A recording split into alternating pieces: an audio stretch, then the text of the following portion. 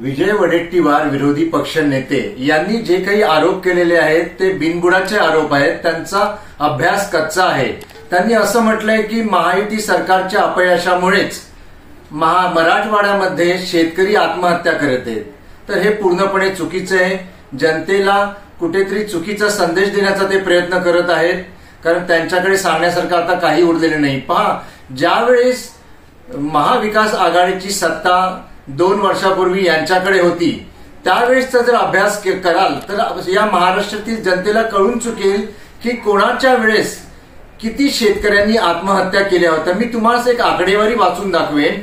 पहा, 2017 साली जेव्हा महाविकास आघाडीची सत्ता होती त्यावेळेस 2426 शेतकऱ्यांनी आत्महत्या केल्या होत्या.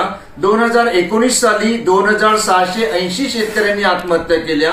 2020 साली 2547 शेतकऱ्यांनी आत्महत्या केल्या. 2021 साली 2498 शेतकऱ्यांनी आत्महत्या केल्या होत्या.